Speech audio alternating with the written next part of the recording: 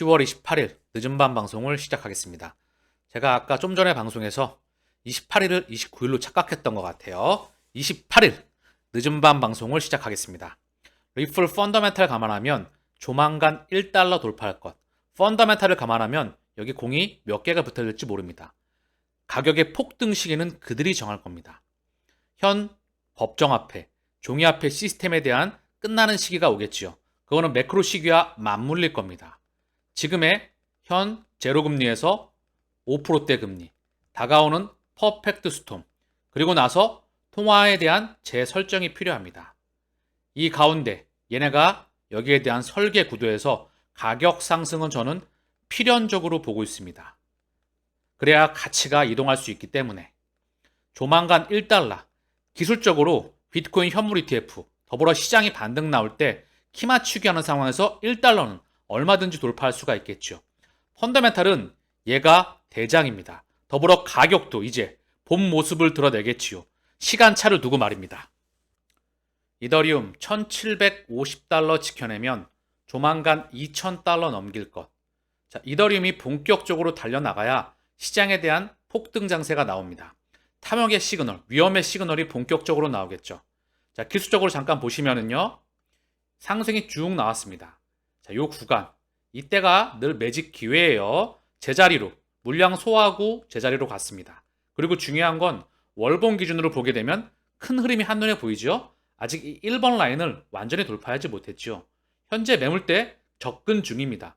여기 거래량이 동반되면서 원화 기준으로 업비트 기준 대략 한 260만 원 언저리 그 자리를 거래량이 동반되면서 완벽히 뚫어줄 때 이 2번 라인 400만 원, 410만 원, 그 다음 3번 라인 고점 머물때죠. 580만 원 언저리까지 폭등 장세가 나올 수가 있습니다. 본격적인 탐욕의 시그널은 바로 이더리움의 알트코인의 폭등 장세가 와야겠지요. 그리고 그 중심에 비트코인 현물 ETF와 리플과 SEC의 소송이 있습니다. 그리고 곧 다가오는, 이미 더는 다가왔다 생각을 해요. 금리 이슈는 지나갔다. 금리 동결 구간에 들어가고 있었다. 그들이 상승은 이미 달려나갔지요. 늘 그렇습니다. 그들은 먼저 달려요. 그리고 물량을 소화하면서 늘 흔들어 가면서 상승을 이어왔었다. 리플 커뮤니티 11월 스웰 행사에서 리플 IPO 발표 가능성이 제기되고 있다. 11월 8일에서 9일 양일간 두바이에서 열리는 스웰 행사에서 IPO를 발표할 가능성을 제기하고 있다. 올해 스웰 행사에는 600명 이상의 참석자, 80명의 연사들이 참석할 것으로 예상된다.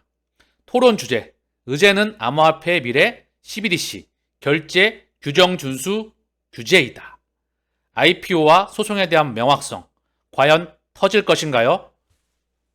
자, 포브스의 트위터인데요. 조 바이든 대통령이 비트코인, 이더리움, XRP 및 암호화폐 가격 혼란을 촉발할 수 있는 판도를 바꾸는 행정명령을 발부할 수 있음을 밝힙니다. 자, 이유에 대해서 크립토 베이직에서 이와 연관되어서 바이든 대통령의 행정명령이 XRP 가격 혼란을 촉발할 수 있습니다. 자, 그래서 암호화폐 부정적인 행정명령이 발효가 될 수 있다. 채굴 또는 클라우드, 이 전기에 대한 수요로 인해서 여러 가지 규제에 대한 부분이 나올 수가 있어서 암호화폐 코인 시장에 악재가 오래될 수 있다. 그러나 일관되게 말씀을 드리고 있죠. 저는 흔들기의 일환으로 보고 있습니다. 오전 방송에서 미국 중앙은행 부의장이죠. 마이클 바. 일각에서는 의회에서 CBDC, 미국에서는 의회가 막을 거야. 막지 못합니다. 지금도 속도를 조절할 뿐이죠. 또한 이 소식 또한 그냥 지나가는 이슈일 수도 있고 발표고 행정명령 속에서 나와봐야 알겠지만 결국 현물 ETF 승인을 앞두고 또 행정부에서 이걸 막을까요? SEC와 CFTC, 미국 정부 기관 중에 하나이죠. 중요한 건 이런 소식이 나올 때마다 우리는 필터링이 필요합니다. 지금은 거대 거스를 수 없는 패러다임의 대전환기에 있습니다. 4차 산업혁명, 네 번째 혁명이라고 하죠.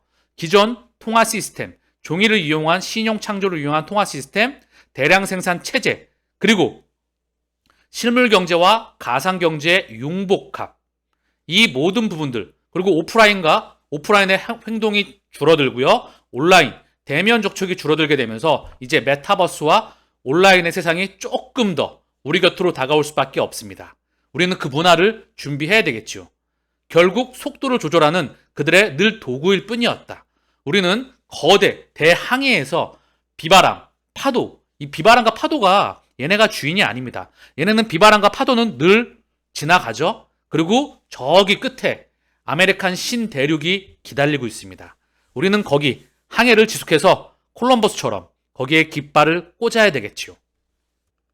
에도파리나님의 트위터입니다. 디지털 유로는 XRP 레저에서 실행될 예정입니다. 프랑스 중앙은행인 방카 데 프랑스는 유럽 중앙은행 디지털 통화를 위한 잠재적인 플랫폼으로 XRP를 공개적으로 논의했습니다. XRP 원장은 XRP를 브릿지 통화로 활용하여서 이러한 대규모 로드를 실패 없이 처리할 수 있는 유일한 블록체인이기 때문에 디지털 유로를 실행할 수 있는 가장 큰 기회를 가지고 있습니다. 디지털 유로 어소시에이션, 디지털 파운드 재단. 디지털 파운드 재단은 누가 있죠? 바로 거기 의장 수잔 프라이드먼 있죠? 리플의 수잔 프라이드먼. 그리고 엑센추어, 스위프트, 리플로 연결됩니다. 이 세상은 올 수밖에 없다. 프랑스 센트럴 뱅크, 방카 데 프랑스, 프랑스 중앙은행은 has officially discussed Ripple XRP as a possible platform for European Central Digital Currency. 프랑스 중앙은행은 XRP를 유럽의 중앙은행 디지털 커런시 플랫폼으로서 리플 XRP가 토론이 되었다. 논의가 되었다. XRP, the Digital Token of Ripple. 유럽의 CBDC, 그 플랫폼으로서 XRP를 했죠. 뿐만 아니라 전 세계 스위프트 2.0의 대장은 얘입니다. 유럽, 미국, 중국, 일본, 거기 연결되는 그 망의 대장은 이놈이다. 얘기 끝났습니다. 자, 또 이 시간을 빌어서 제 찐 팬방이자 커뮤니티의 명칭을 새롭게 출범했다고 하시네요. 이름은 4일런스. 4, 네 번째 혁명, 4차 산업. 1, 1%. 런, 배우다. 스터디. 자, 새롭게 명칭을 출범했다고 하시는데 저는 항상 응원 말씀 많이 드리고요. 그 뜻을 새롭게 풀이해보면 네 번째 혁명, 4차 산업의 새로운 전환기 위해서 1% 안에 들어가기 위해선 많은 연구와 스터디가 필요합니다. 그런 의미에서 출범했을 거라 보고 있고요. 또 많은 분들이 모여서 정보를 공유하시니까 거기에서 또 많은 도움이 되실 것으로 사료가 됩니다. 항상 응원 말씀드리고요. 거기 제가 참여는 하고 있지 않지만 정말 항상 응원과 격려해 주셔서 감사 말씀을 드립니다. 자, 그리고 제 찐 구독자님이신데요. 초창기 구독자님이세요. KTB4175님. 이분께서 질문을 해주셨는데 같이 보면 좋을 것 같아요. 아, 그리고 사일런스의 방장님이신 XRP 레전님께도 진심으로 감사 말씀드립니다. 항상 소치 영상 바쁘신데도 직접 또 제작해 주셔가지고 많은 도움을 주시기 때문에 진심으로 감사 말씀드리고요. 자, 그러면 같이 한번 봐보겠습니다. 자, KTB4175님의 질문이 상당히 장문이죠. 최근 들어서 지표가 엇갈리는 것도 상당히 많고 새로운 세상으로 들어가는 것 같아. 그리고 이제 인플레이션 대비 비트코인 상승 폭이나 이 지표들이 후행적인 부분들도 있고 여러 가지 에러들이 많이 발생을 한다. 그래서 과연 시나리오 1 상승장에서 차익 실현의 기점을 어느 정도로 보는지, 어느 시기로 보는지 그 부분을 좀 질문해 주셨고요. 또 하나는 매크로 전반적인 상황도 한번 좀 나한테 설명을 해달라, 이런 부분에서 말씀해 주셨던 것 같아요. 자, 첫 번째, 이 질문에 대한 답변을 좀 드리면은요. 자, 지금 보시는 화면은요, 나스닥의 월봉입니다. 자, 최근 들어서 가파르게 음봉이 터지고 있습니다. 굉장히 불확실성이 있죠? 자, 이러면 개인들은 늘 빠질 때마다 쫄립니다. 왜? 앞을 볼 수가 없으니까, 미래가 안 보이니까 떨어지면 공포에 의해서 들어갈 수가 없는 거야. 앞을 볼 수가 없으니까. 앞을 봤다고 한다면 떨어질 때 매집을 할 수 있어야 돼. 근데 앞이 보이지 않으니 늘 가격적으로 올라갈 때 이게 앞이 보이는 거라고 생각을 하고 그들의 늘 흔들기나 노림수나 양몰이에 당하는 것이겠죠. 저는 일관되게 말씀을 드려왔습니다. 요 2004년, 5년, 6년의 나스닥 증시와 굉장히 유사하다. 이때 연준의 2006년 6월 금리를 동결을 하고 이걸 확대해 보면 엄청 크거든요. 자, 확대 한번 해볼게요. 요때입니다. 2006년 6월에 금리를 동결을 하고 7월에 바닥을 찍습니다. 그리고 8월부터 돌아 나가죠. 그리고 랠리를 펼치고 차익 실현 물량이 나오면서 흔들면서 결국 고점을 찍죠. 2007년 10월까지. 굉장히 긴 기간 동안 랠리를 펼칩니다. 작지 않은 구간이죠. 1년이 넘는 구간이었습니다. 그리고 금리 인하 시그널과 함께 글로벌 경제 위기가 터지게 되죠. 저는 차익 실현 시기를 언제로 본다? 금리 인하 시기로 보고 있습니다. 금리 인하를 한다는 건 경제가 박살 난다는 것을 의미하죠. 여기에 추가적으로 많은 노이즈가 있을 겁니다.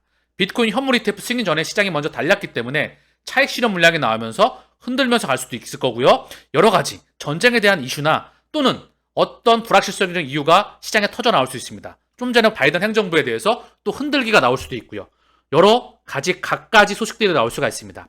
그거는 그때마다 제가 모니터링을 하면서 여러분들께 전달드릴 생각입니다. 고로 시기는 내년도 중반부 기준점이라 말씀을 드렸지만 연준의 금리 동결 구간 동안 뒤로 밀리면 참 좋습니다. 이유는 랠리가 더 펼쳐질 가능성이 높기 때문에. 그렇기 때문에 금리 인하 요때 저는 차익 실현 구간으로 보고 있다. 자, 일반적으로 금리 인하가 나오면 유동성이 퍼지니까 증시가 더 좋아지는 거 아니야? 우리는 이렇게 알고 있죠. 왜냐하면 2008년도 이후에 양적 완화 시대에 살았기 때문에 제로 금리와 함께. 근데 그렇지가 않고요. 실제로 금리 인상 구간에 경제 성장률이 받아주면서 사실 증시는 랠리를 펼치고요. 자산 시장에 또 좋은 그림입니다. 2008년도에 비트코인이 세계 최초의 비트코인이 탄생해왔고 그 이후의 세상을 봤기 때문에 증시나 자산 시장에 대한 흐름을 조금 더 설명을 잠깐만 드리고 가면 금리 이꼬르 경제 성장률 플러스 물가 상승률입니다. 지금은 물가가 폭등을 해서 경제 성장률은 거의 정체되어 있는데 금리는 물가 폭등에 의해서 금리가 올라갔습니다. 그런데 물가가 떨어지고 있죠. 물가가 떨어지고 있는데 금리는 내리지 않습니다. 그럼 금리는 언제 내리냐? 경제 성장률이 빠그러질 때, 완전히 실물 경제 파이가 쪼그라들 때 이때 내립니다. 어쩔 수 없이. 내리고 싶지 않더라도. 그러면 코인 시장과 주식 시장은 요 경제 폭락을 반영해서 빠그러질 확률이 무척 높습니다. 이때 시스템 리스크로 확장되겠죠. 그리고 이 기존 두꺼비 집이 하나하나 금이 가게 되면서 파괴가 되겠죠. 그리고 대형 이사에 나가는 과정에 있다 저는 생각을 합니다. 요거는 정말 이사는 큰 그림에서 장기간의 이사가 되는 거기 때문에 단기간이 아니고 좀 더 큰 패러다임의 전환기에 있어야만 되겠죠. 그것 또한 모니터링을 통해서 또 그때 가서 언급을 드릴 겁니다. 자, 그리고 매크로 관점에 대해서 말씀해 주셨는데요. 자, 복습 차원에서 한번 크게 한번 그려보시죠. 세상은요, 2008년도 이전의 세상과 이후의 세상으로 바뀌었습니다. 2008년도에 미국발 금융위기가 터지게 되죠. 좀 전에 2004년, 6년, 7년, 그리고 2008년도에 금융위기, 이게 다 따로 노는 게 아니죠. 그러면서 미국 중앙은행은 제로금리, 가보지 못한 길로 갔습니다. 이때 금리를 이용한 통화 시스템은 끝이 났다고 보셔도 돼요. 그래서 블록체인이 탄생했겠지요. 비트코인이. 저는 그렇기 때문에 사토시 나카모토가 어떤 사람이 아니고 팀일 거다. 그거에 확률을 많이 높이고 있습니다. 그리고 그들이 뒤에 있지 않을까 그런 생각을 해봅니다. 요 블록체인이 탄생을 했고 클라우드 혁명이 일어났죠. 요건 공유경제, 데이터 센터, 아마존의 데이터 센터를 빌려 쓰게 되는 그 시스템이 탄생하게 되죠. 아이폰의 혁명이 발생했고요. 쉐일 혁명이 일어났습니다. 자, 그리고 2020년도에 코로나 팬데믹 이전과 이후의 상황. 이때 뭐죠? 저물가냐, 고물가냐. 코로나 팬데믹 이전에는 아무리 금리를 가파르게 올리고 싶어도 올릴 수가 없었어. 물가가 안 올라가니까. 왜냐? 제조 혁신으로 인해서 이미 대량 생산 체제에 대한 혁신으로 인해서 물량을 엄청나게 생산해 버리는 거야. 그러니까 물가가 내려갈 수가 없는 거지. 근데 지금은 아예 우크라이나 전쟁으로 코로나 팬데믹으로 수도꼭지를 잠갔네. 요거를 지들이 마음대로 풀고 잠그고 이러면서 현재 금리를 미친 듯이 끌어올려 왔습니다. 현재 이 관점에 있고요. 자, 이제 엄청난 긴축 이후에 물가가 스물 내려왔습니다. 그러는 동안에 비트코인은 먼저 달렸죠. 증시는 먼저 달렸다가 차익 실현 물량이 강하게 나오고 있습니다. 여기에도 또 명분이 필요해요. 자, 그 물량을 소화하고 갈 확률이 무척 높다 말씀을 드렸죠. 거기에는 연준의 금리 동결 구간이 있다. 달러가 약세로 전환된다. 미 국채 금리가 스물 내려온다. 원화가 강세로 전환된다. 위안화가 강세로 전환된다. 코인이 달린다. 주식이 달린다.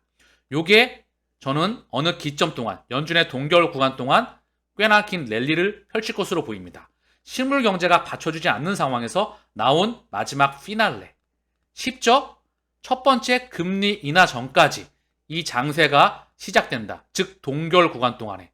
요때 시장에 모니터링과 함께 업데이트를 하면서 아마도 긴 랠리를 펼치지 않을까 그렇게 보고 있습니다. 자, 지금 보시는 화면은 미국 중앙은행의 페드의 밸런스 시트입니다. 연준의 대차대조표. 이 그림 한 장에 모든 것이 담겨 있다. 달러가 끝난다. 금리를 이용한 신용 창조가 끝났다. 법정화폐가 끝나간다. 디지털이 100% 온다. 이유는 미국 중앙은행인 연준이 달러를 찍어서 미국 국채와 MBS라고 하는 주택 모기지 저당근적 증권을 미친 듯이 매입하기 시작했다. 2008년도 이후에. 2008년도 이후에 요만큼밖에 없었어요. 그쵸? 그리고 제로금리. 제로금리로 내려서 금리로 안 되니까 돈을 찍은 겁니다. 이제는 제로금리로 안 되니까 돈을 찍어서 계속 시장에 뿌렸다. 그 규모가 한번 뿌리다 보니 계속해서 늘어나서 9조 달러에 육박했었다. 그걸 최근에 찔끔 줄였다. 이제는 가보지 않은 세상으로 갑니다. 즉, 결국은 새로운 세상을 만들어내겠지요. 이 페드의 뒤에 누가 있다? 바로 그들이 있다. 그들과 뿌리가 같은 전 세계의 기득권이 이 문명을 만들어 나갑니다. 그리고 거기 우리 대장에 투자를 하고 있죠.